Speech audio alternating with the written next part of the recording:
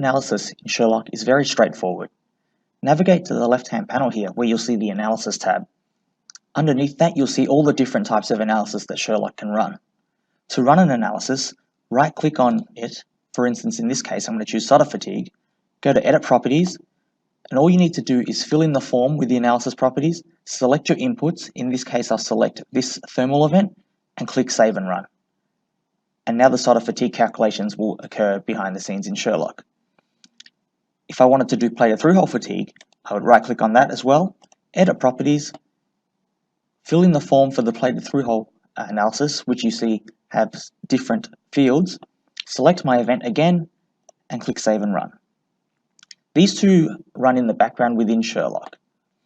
If I wanted to run a natural frequency, for instance, which is a mechanical analysis, the form once again you see is a little bit different. We have our analysis properties at the top, but in this case we have down the bottom here our modeling section, which shows us how we can model all of the different components and elements of the board. For most users, only a few of these will be relevant to you.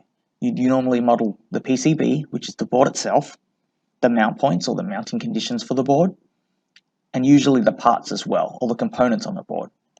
And you can see as I click through these, I can choose whether I want to model something or not. So if I don't want to model leads, I can click on that and disable lead modeling. I suggest that you start with the standard default values in here. What we want to do is make sure that we can have a model that runs first, and then once you get a stable model that runs, you can play with the mesh settings and refine your mesh to get a cleaner and cleaner result. So I'm going to leave the default settings and click Save and Run, and Sherlock will run the natural frequency analysis as well. Once an analysis is done, you can double click on it. So for instance, my solder fatigue, I can double click on it to open my results, or I can right click and select View Results. That will bring up this results window for me, where you'll get this first summary slide with a scoring for your analysis. You see three colors, green, yellow, and red. Green is good, yellow is okay, and red is something that may be problematic. We also have our analysis statistics. So you have all of that here, your reliability goals that we set earlier in our life cycle, as well as the board properties. This is the slide for directors that you would send to your manager, enabling a quick snapshot of what the results are. Down the bottom here, you'll see the other ways that the results can be displayed. So if I move from my summary tab to my life prediction tab, here you see my life prediction curve. So once again, we have our reliability goals written up the top here that came in from our life cycle, as well as a box to graphically represent that on the screen. And you can see this curve here represents the life prediction of our board. So you can see that our board barely reaches 1 year of life by the time it crosses over the 3% probability of failure goal. Ideally, what we want is to not cross over this line until after we've reached 4 years. So this would require us to have a further look as to why the life prediction is the way it is. We also have a graph with time to failure broken into the number of components, so you can see where the components are spread and what number of components fall in terms of their time to failure. So you can see that we have quite a few here that fail before our service life, and we also have some that exceed 2x or 2 times our service life, and then some that even, the green ones, exceed 5+ x of our service life. If I move to the table, you'll see we have a table for every single component on our board here, once again color-coded in the red, yellow, and green to indicate whether they have been good, they're just okay, or if they've failed. And what I can always do with any table in Sherlock is right-click, export table, and I can export all of this data directly out into a CSV file. What I can also do is right-click, view part properties, and verify the part properties that we used for this calculation. So once again, I can see all of the different part properties. I can also see where these properties came in from and were read in from and were used for this analysis. I can view the 3D model for that particular part if I click View 3D Model and view how that model would be represented. Lastly, if I'm only interested in the life prediction for a particular part, I can always right-click on that particular part and choose View Life Prediction, which will give me a life prediction curve just for that individual part. And you see that this part by itself does not even meet our 4-year 3% goal. As my analyses finish running, you'll see that they begin to populate themselves on this tab on the left-hand side. So I can now click on my natural frequency results, and once again you see we get a summary slide with our analysis properties as well as our board properties. And we also get a table here with the results of our natural frequencies. Once again, at any table in Sherlock, I can always right-click and export that table as a CSV file. With natural frequency being a mechanical model as well, we don't just get these natural frequencies given to us as a table, but we can actually view them visually. So if I actually go back and right-click on my natural frequency results here and click on View Layers, I can view my natural frequency results in the 2D layer viewer. And as you can see, I can switch from my first to my second natural frequency to my third and view how the natural frequency shape changes. What I can also do is view these results in 3D. If I right-click on natural frequency and go down to View 3D Results, Sherlock will launch the Sherlock 3D viewer, and that will read in our natural frequency results and display them in 3D for us. So if I select my first natural frequency, you'll see that the coloring matches that on the layer viewer that we saw just previously. But we also get a 3D mode shape for this first natural frequency. I can switch to the second natural frequency, hit refresh down the bottom here, and it'll re-render my model to the second mode shape. With any 3D results in the 3D viewer, I can always take a quick snapshot of this by clicking this little camera button down the bottom here. If I click this, I can save this as an image file, or I can even save it as a PDF.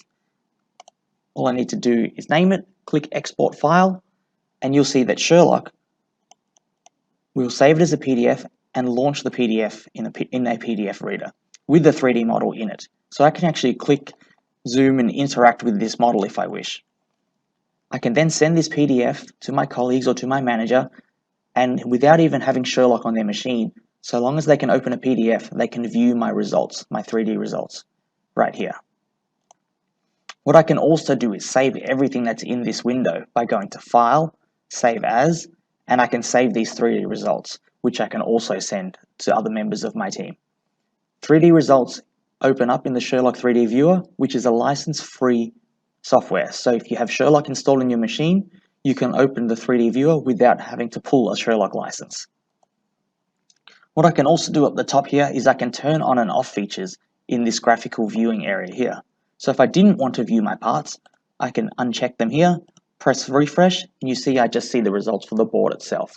Or vice versa, I can turn the board off and just view the parts. Once my results have come in for all of the analysis that I've run, what I can also do is generate a report very quickly in Sherlock. If I go down to results here, once again I can view my life prediction directly by double clicking on the life prediction tab, and that'll open up the combined life prediction of the different analyses that I've run, as well as putting their individual ones too, and you can correlate that to the legend here on the right. To create a report, all I would need to do is right click on report here, go down to generate report. It opens up this window with the report settings. I can fill in some details, so I can put my name in the author field, as well as my company details, and select which results I wish to include in the report. In this case, I'm going to select all of them, and then just hit generate report. Sherlock automatically generates this report for us, as you can see, and it's saved as a PDF, which once again I can always share with my colleagues or send to my manager.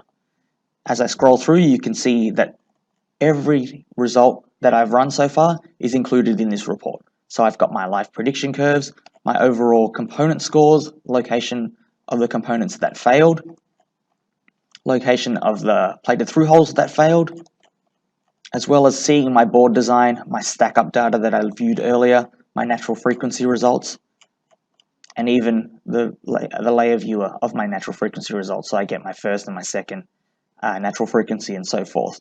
So this report is automatically generated, as you saw, in a matter of seconds, and I can share these results with members of my team.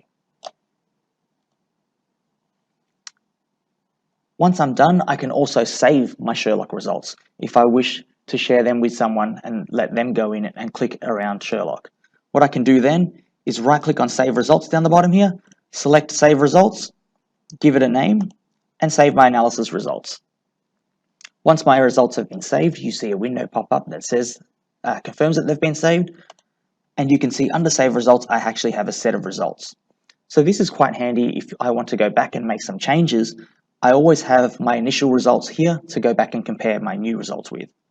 To view these results, I can just right click, go to Show Location, and you see that this is the Sherlock results file, which I can share with my colleagues. If I double click this, it opens in the Sherlock results viewer, which is very, very similar to the results viewer that we saw within Sherlock. It just doesn't allow you to make any changes. So once again, we get our scorecard, we have our life prediction curve, our natural frequency results with the summary tab, the natural frequency result tab as well. If I get down to solder fatigue, once again, we get our summary tab, our life prediction tab, our time to failure graph, and our table with all the results. And I can right click and view the individual life prediction like I could in Sherlock. All of that is here. I also get my parts list, so I can see which parts I've used in this particular analysis for this particular run, and I can right click and view the part properties and have a look at what properties I've used for that analysis also. All of the results and all the information in this run is saved in this results file, and that can also be attached to this particular project. So I can go back now and change my components, move them around, change materials, run them again, and I can always compare them back with these sets of results.